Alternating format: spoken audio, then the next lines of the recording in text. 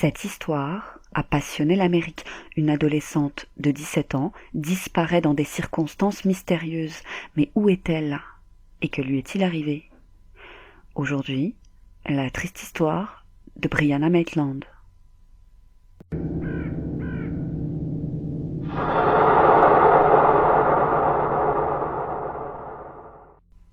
Nous publions de nouvelles vidéos chaque semaine, alors abonnez-vous.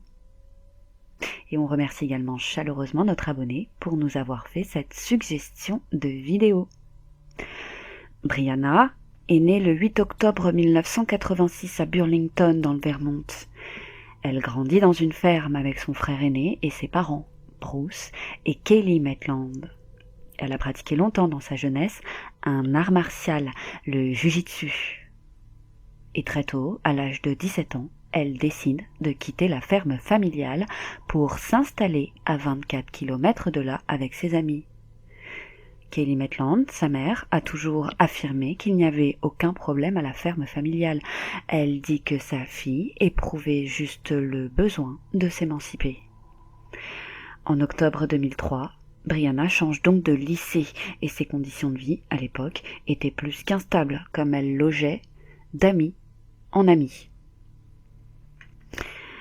Fin février 2004, elle quitte le lycée pour s'installer avec son amie d'enfance, Gillian Stout, à Sheldon, dans le Vermont.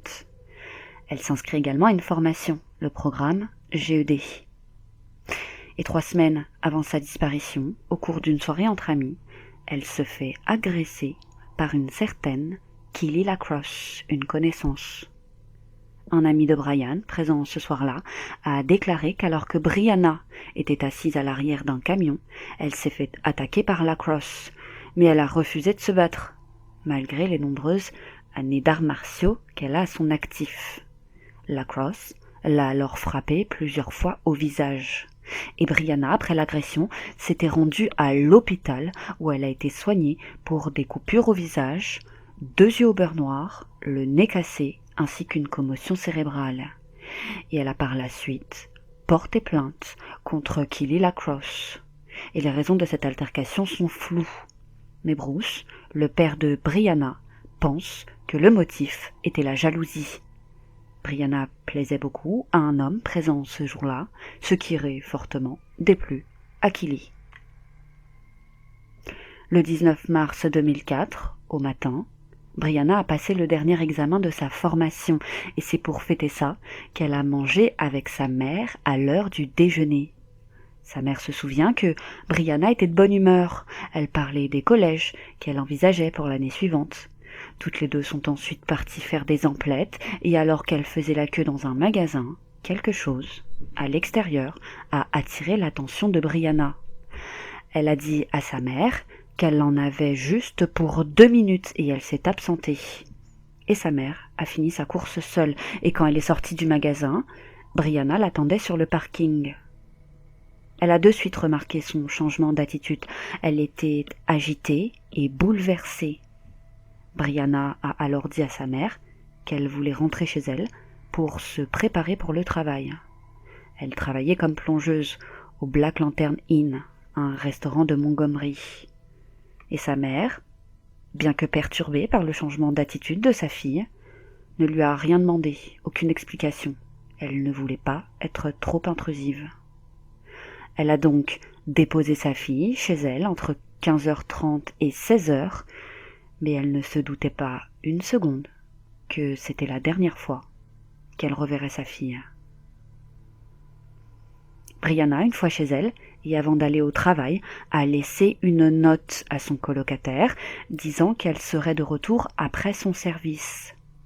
Après quoi, elle s'est rendue au travail en berline Oldsmobile de 1985, immatriculée au nom de sa mère. Après avoir fini son service, bien que ses collègues lui aient proposé de dîner avec eux, elle a refusé et quitté le restaurant vers 23h20. Elle a dit à ses collègues qu'elle devait rentrer chez elle, elle voulait se reposer pour être en forme le lendemain, car elle cumulait plusieurs travails et était donc également serveuse dans la ville de St. Albans. Le lendemain, 20 mars, en début d'après-midi, une équipe de police est envoyée à la vieille grange Dutchburn. C'est une maison abandonnée le long de la route 118 à Richford. Et sur place, ils constatent qu'une voiture est écrasée contre la façade. Il n'y a rien d'autre. Où est donc passé le conducteur? Et pourquoi a-t-il abandonné sa voiture? Est-ce une voiture volée, suivie d'un délit de fuite?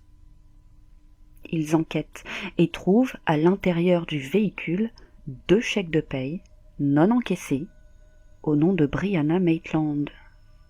Et à l'extérieur, éparpillés un peu partout, ils trouvent de la monnaie, une cigarette, ainsi qu'une bouteille d'eau. Et à proximité, dans un champ voisin, ils trouvent également une veste polaire pour femme, qui n'appartenait pas, ils ne le savent pas à l'époque, mais le sauront plus tard, à Brianna.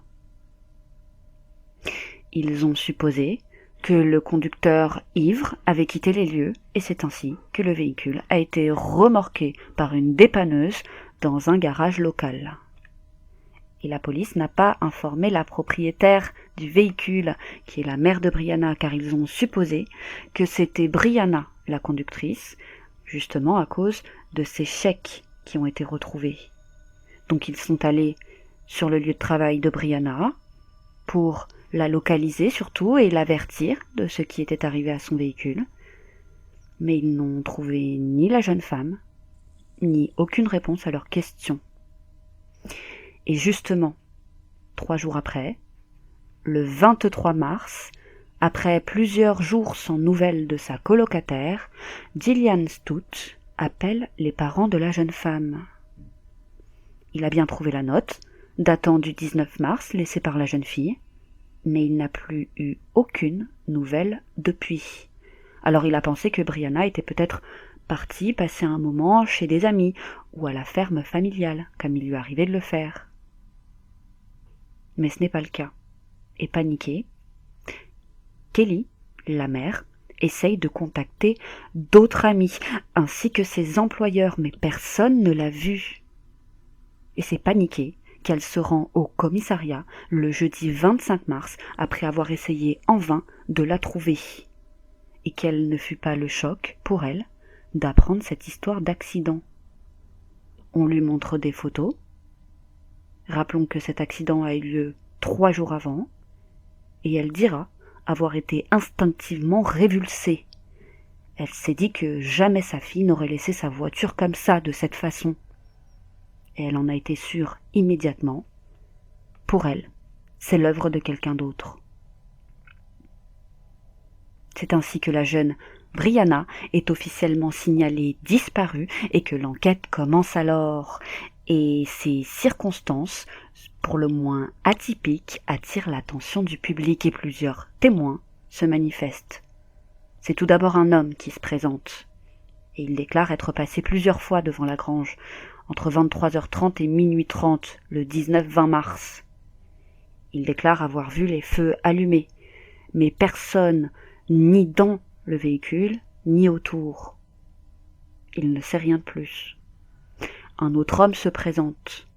Il conduisait, lui, entre minuit et minuit 30 du matin, le samedi 20 mars, et se souvient avoir vu l'un des clignotants allumés.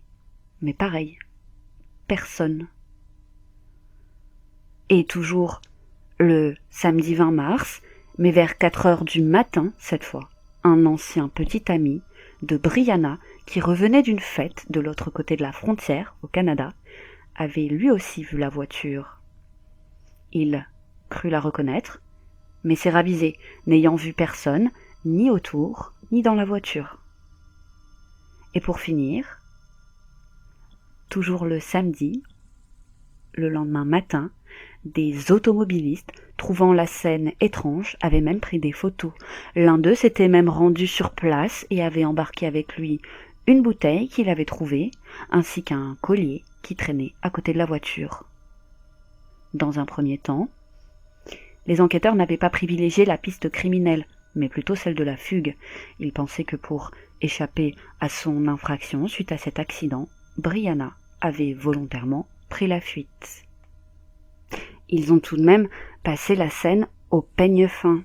Ils ont également récupéré la voiture au garage où elle avait été déposée, afin de l'analyser. Ils diront ne rien avoir trouvé de concluant. Et dans la semaine qui a suivi la disparition, la police a reçu un appel anonyme affirmant que Brianna est retenue captive dans une maison située à proximité de Berkshire, toujours dans le Vermont.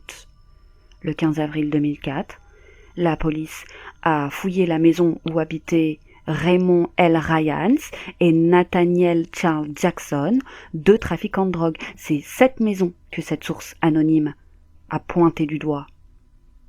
Ils y ont trouvé moult quantités de drogue, mais malheureusement, aucune trace de Brianna. Et il faut préciser que des amis de Brianna ont déclaré qu'il arrivait à cette dernière de consommer des drogues dures, et notamment du crack. Et il se fait qu'elle connaissait vaguement ces 2 trafiquants. Mais les fouilles, encore une fois, n'ont rien donné. Fin 2004, cette fois, cette même source, qui se déclare être une femme âgée, sans plus de précision, indique que Brianna avait été tuée 1 semaine après sa disparition à cause d'une dispute concernant une somme d'argent liée à la drogue. La source anonyme précise que le corps de Brianna serait resté entreposé comme ça 1 semaine dans le sous-sol du domicile d'une femme qui avait été récemment incarcérée. Elle précise que le corps avait été découpé à la scie, puis jeté dans une porcherie. Les enquêteurs ont étudié la piste, mais n'ont trouvé aucune preuve pouvant corroborer ces affirmations. Quelque temps plus tard, et comme le veut la procédure, la voiture a été restituée aux parents, et le père de Bruce a alors remarqué que la carte bancaire de Brianna était toujours là, tout comme ses lunettes de vue, son étui à lentilles, ses antimigraineux, son maquillage et quelques vêtements. Puis, plus rien. Aucune piste jusqu'en 2006. Une femme assise à une table de poker et ressemblant à Brianna a été filmée par les caméras de sécurité d'un casino d'Atlantic City dans le New Jersey. Mais malheureusement, cette femme n'a jamais pu être identifiée. Et 1 année plus tard, en 2007, le FBI a publié un communiqué où ils ont réitéré leurs suspicions. Pour eux, et après analyse des lieux, il est probable que la jeune fille ait organisé sa fuite et fait croire à un accident. Elle avait dit à quelques amis, un peu avant sa disparition, qu'elle voulait faire un voyage hors de la région. Et elle était décrite, il faut le dire, comme quelqu'un de très indépendant et ayant un passif de fugueuse. Cependant, les enquêteurs n'écartent pas une autre théorie. Il est possible que ce soit également un acte criminel lié à la drogue, les drogues étant très répandues dans la région de Montgomery. Les parents, quant à eux, ne sont pas du tout de cet avis. Ils pensent que leur fille a été enlevée, et non pas par une personne, mais par plusieurs, car, souvenez-vous, elle avait très longtemps pratiqué le jujitsu, et il n'aurait pas été aisé pour une seule personne de la maîtriser. Do you think Brianna's alive? No. I have always felt that she wasn't coming back. She owed the wrong person money for the wrong thing, and that person was in her car that night. Et par ailleurs, beaucoup ont spéculé à propos de la disparition de Maura Murray, qui a eu lieu le 9 février 2004, soit 1 mois et demi après la disparition de Brianna. Maura Murray, étudiante dans le Massachusetts, avait disparu de Haverhill dans le New Hampshire. Et c'est à moins de 90 miles du lieu où a été retrouvée la voiture de Brianna. Et elle avait disparu dans des circonstances similaires. Son véhicule avait été retrouvé abandonné sur une route à la suite d'un accident et la jeune fille n'avait plus jamais été vue depuis. Le FBI et la police locale ont enquêté sur la possibilité que ces deux affaires soient liées. En effet, les deux victimes sont de jolies jeunes femmes, brunes qui plus est. Elles ont toutes les deux disparu après un accident de voiture, laissant derrière elles des effets personnels. Mais l'enquête conclut que bien que très similaires, ces deux disparitions n'ont rien à voir l'une avec l'autre. La famille, quant à elle, désespérée, a ouvert un site internet nommé Bring Bree Home en 2004. Mais le site a fermé en 2009 et à l'époque, une récompense de $20 000 était offerte pour tout renseignement permettant de localiser Brianna. Mais il semble que cette récompense est depuis expirée. Et souvenez-vous d'ailleurs de cette agression dont elle a été victime par cette Keely Lacrosse. Eh bien, cette affaire, qui était en cours au moment de la disparition de Brianna, a été abandonnée seulement quelques semaines après la disparition de Brianna, et ce, malgré les protestations de ses parents. En 2016, les enquêteurs ont révélé via les médias qu'ils avaient trouvé des traces ADN dans le véhicule de Brianna. Ils ne l'avaient pas dit à l'époque, pour préserver l'enquête, mais ils indiquent aussi que ces résultats, ils ne les rendront pas publics et que pour l'instant, ils ne sont pas concluants. Et un peu plus tard, toujours en 2016, cette grange où le véhicule de Brianna avait été découvert accidenté a tout simplement été brûlé. C'est un acte de vandalisme. Quant aux parents de Brianna, eh bien, ils sont désormais séparés et sa mère est partie vivre à New York. Rappelons que Brianna avait seulement 17 ans au moment de sa disparition. Et cette année, elle en aurait eu 32. Et nous n'en savons pas plus à propos de cette disparition cependant. L'affaire est toujours en cours. La disparition, il faut le dire, de Brianna est l'une des plus célèbres d'Amérique, car c'est l'une des plus énigmatiques. Merci à vous de nous avoir suivis, encore une fois à notre abonné, de nous avoir proposé cette histoire. Quant à moi, je vous dis à bientôt pour une autre triste histoire. À bientôt pour une autre triste histoire.